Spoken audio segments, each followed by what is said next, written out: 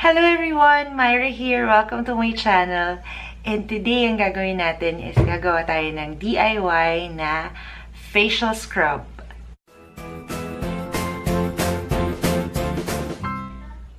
So, to start off, we'll be needing 3 ingredients. Itong gagawin nating facial scrub, napakadali lang. 3 ingredients lang kailangan natin. And first off, ang kailangan natin is brown sugar.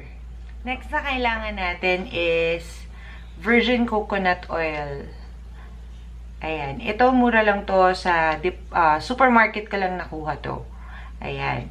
And then, yung third ingredient na kailangan natin is honey.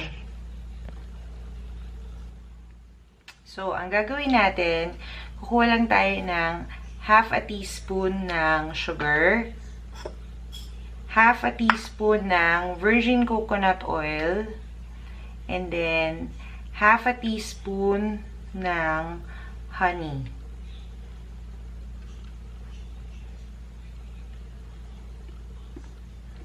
Tapos, imimix-mix natin sila together. Kita yung itsura niya. So, imimix-mix lang natin yan hanggang sa maging paste siya. Na-mix ko na siya, so ganito na yung itsura niya.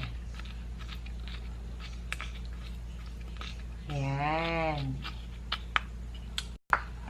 So, right now, basahin ko muna yung face ko and I will be back. Ayan, so nabasa ko na yung face ko. Ang gagawin natin is, kukuha tayo dito and then i-rub natin sa face natin just like so. Medyo messy to, so mas maganda kung nasa may bathroom kayo or nasa may sink kasi mahuhulog yung mga sugars, yung mga asukal. Ayan. Tapos, i-rub lang natin siya sa face natin.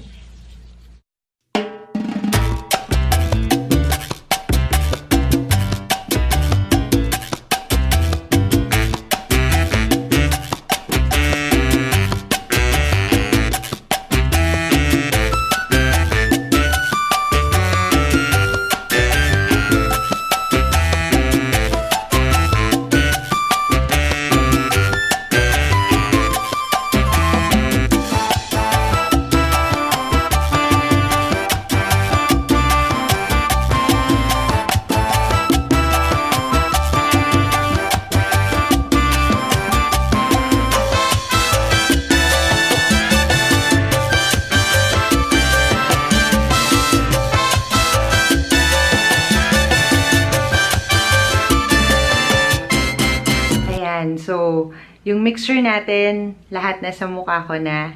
Ganito yung itsura niya. Ayan, na-rub ko na siya and na-scrub na siya. So, right now, ang gagawin ko na lang, mag-wash lang ako ng face using water. I'm just gonna rinse this off. Kung hindi ka sanay dun sa oily na feeling na may iwan, sa water lang, sa pag-rinse lang ng water, you can opt to wash with a gentle cleanser after mong mag-facial scrub na ganito. Kasi may iwan sa face mo yung konting oil from the virgin coconut oil. So, kung ayaw mo nung gano'n na feeling, you can wash your face using a gentle cleanser afterwards. Ayan, so tapos na tayo maghilamos. And right now, nafe-feel ko na parang ang smooth and ang lambot ng skin ko ngayon. And actually, kanina pa, nung naghihilamos ako, nararamdaman ko na parang ang smooth na nung balat ko. Ngayon na dry na yung skin ko, nararamdaman ko na parang lumambot siya. Grabe, ang lambot niya, be! O, diba? Nakakatuwa! Ayan, perfect siya na sundan ng skincare, ng moisturizer, and all that stuff. Kasi parang naka-ready na yung skin mo. Natanggal na yung mga dead skin cells na nasa face natin. Ayan. Side note lang mga be, if you're gonna do this, gawin nyo siya mga 2 to 3 times lang a week because just like any exfoliant or peels, kailangan 2 to 3 times a week nyo lang siyang gagawin para hindi ma-irritate yung skin nyo. Pero I'm telling you, first time nyo pa lang siyang gawin, mararamdaman nyo na yung difference, mararamdaman nyo na yung softness, at saka yung pagka-smooth ng skin nyo after nyo siyang gawin. Ganon ka-effective to. Grabe! Nakakatawa! By the way, guys, itong scrub na to, hindi lang siya pang face. Pwede nyo rin siyang gamitin dun sa ibang parts ng body mo na gusto mong i-exfoliate. Like, yung feet mo, yung talampakan, yung elbows, yung knees, pwede mo rin siyang gamitin dun sa areas na yon to help exfoliate your skin on those areas. So, if you're looking for a natural exfoliant, yan, you can try this sugar facial scrub. And kung nasubukan nyo na siya, let me know down in the comment section. Sana you give this a try. Kasi, grabe, instant yung effect. Mararamdaman mo talaga na lalambot yung skin mo kasi natanggal yung mga dead skin cells.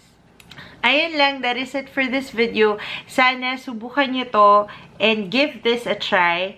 And if you like this video, don't forget to give this a thumbs up.